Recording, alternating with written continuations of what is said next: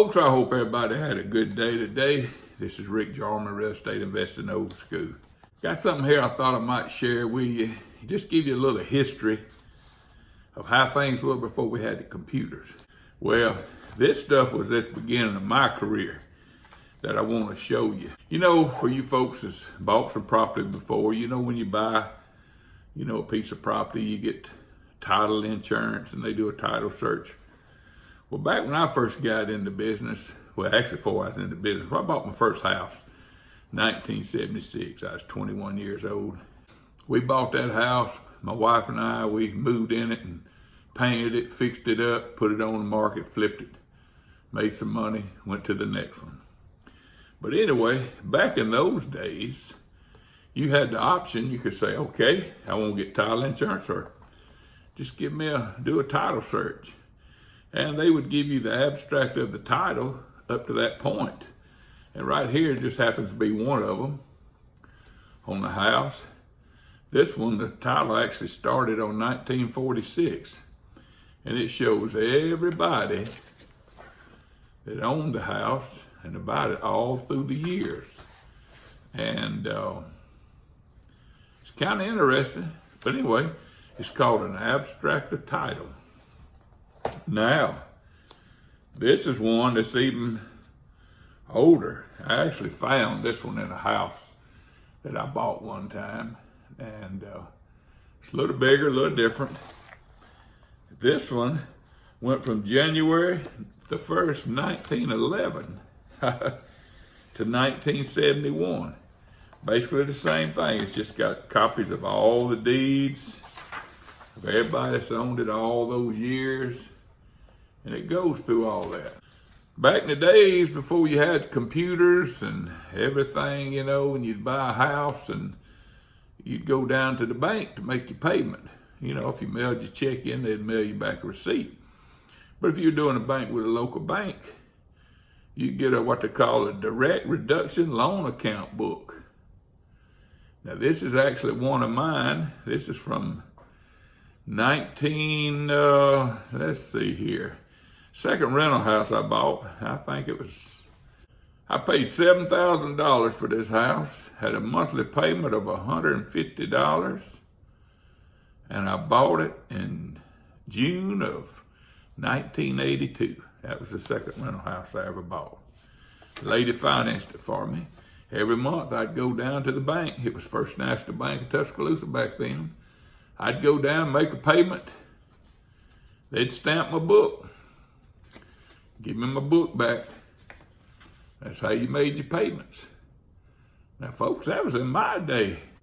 I had opened up a real estate company for myself in 1986, but by 1987, 88, me and a buddy of mine went in together and opened up one. We kind of merged. He was high tech, man. He had a computer.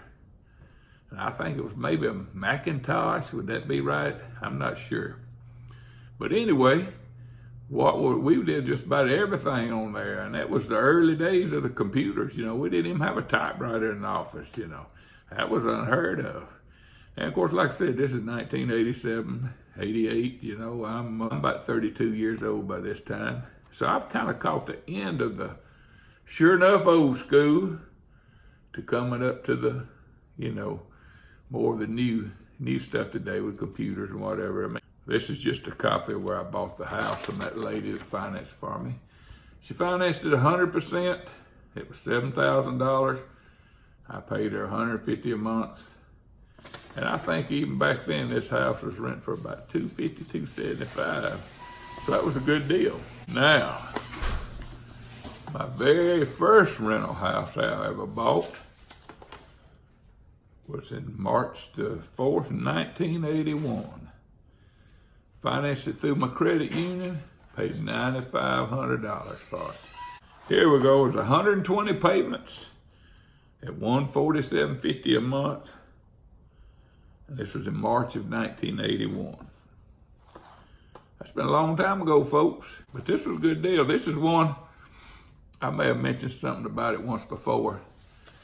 The guy was going through a divorce and he was needing to sell his house. He sold it to me for $9,500. I think I might say $10,000 the other day, but It was worth about 20.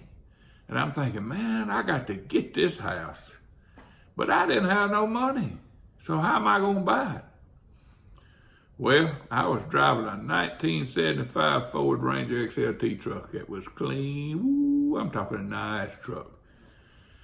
Well, I sold that truck, got me some money out of it, because I went to my credit union, information about the house, my contract, and they said they'd finance it 100%, but I'd have to pay for the fix-up and the closing costs. Well, like I said, I didn't have no money. I mean, you know, I'm working a job, my wife's working, I got a baby, you know. Wasn't no extra money. I was working on the side all the time, just trying to, you know, keep your head above water. I sell that truck. I go and find a station wagon, the only station wagon I ever owned in my life. It was Army Green Plymouth station wagon, 1969. They were asking $600 for it at the car lot. Well, it had a book value of $1,200. So I went to the credit union. I said, look, I want to finance this vehicle. They loaned me $1,200. I only had to pay $600, so I had an extra $600 to go on the house to repairs, and I had the money from my truck.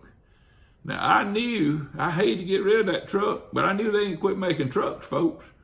They was going to make more trucks, but that house was the deal. I kept that house for years and years, paid it off twice. It was like a forced saving plan. I'd pay it off after so many years, go borrow against it. Because you got to remember, when you borrow against a piece of property that's paid off, and you borrow, say you got a house paid off like that house was, so if I borrowed $30,000 against it and let the tenant start paying it off again, that $30,000 tax-free. That ain't income, that's borrowed money. You take that money and you go and leverage into another one. You got to learn how to leverage if you want to grow in this business. If you just want 1, 2, 3 houses, that's fine.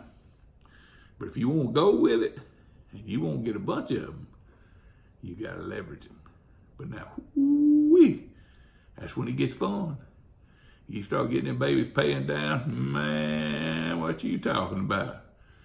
I tell you, man, I remember back when I was about 35 years old, I said, when I get these houses paid for, you may be able to ask me something, but you won't be able to tell me a damn thing. Woo! It's good. You get you a bunch of them. But anyway, I just thought I'd share a little bit of this history with you. Oh, I'm going to tell you one more thing about the first house my wife and I bought. I had a second mortgage almost as much as the first mortgage. I found a man that wanted to loan some money. He wanted to make some good interest, and buddy, I was paying him some good interest. They had something called usury laws, but I didn't even know what that was. In them days, 21 years old, hey, he would charge me a session, but I got the house. I was able to borrow money from him, got the house, none of that but my daggum second mortgage, almost as much as my first. But we fixed the house up. I mean, we're not in it 2 weeks and the air conditioning goes out. We didn't have no money to fix the air conditioner, central air. We sleeping in the screened-in porch. Now, this is the summertime in Alabama. Ooh, you talking about hot. But you know what? We hung in there, got the air conditioner fixed, finished fixing the house up, flipped it. Went back to the same guy's second house, same thing. I said, he liked making that interest. I said, would you do it again? He said, sure. So I found me a house, assumed the mortgage. It was an FHA mortgage, assumed it, paid the equity. He loaned me the equity. I got in, no money down, because I had 2 mortgages though. Fixed it up, flipped it. By this time, I have said before it took 3 years, but I checked today, looking at some numbers, it was only 2 years. In 2 years, we were into that third house that we bought that we assumed a 7.5% VA loan and to have the equity up, and that's why I borrowed it. So by the third house, we had paid off the second mortgage, paid down on the third house, had money left over, and I said, you know what? This real estate business may work out. And it ain't been no looking back since. Now, all along, we were fixing up, flipping, starting to buy rentals. I was doing work for other people. But if you want to grow in this business and learn, you got to get your feet wet. Don't be afraid to get out there and tackle some of this stuff yourself. There's no better lesson than get in there and get your hands dirty. Because me, that's all I knew. I tell them, good Lord made me for lifting up. But and then we worked. And some people say, well, I don't have time. If you don't do it on but one house, you will learn so much that will help you the rest of your life.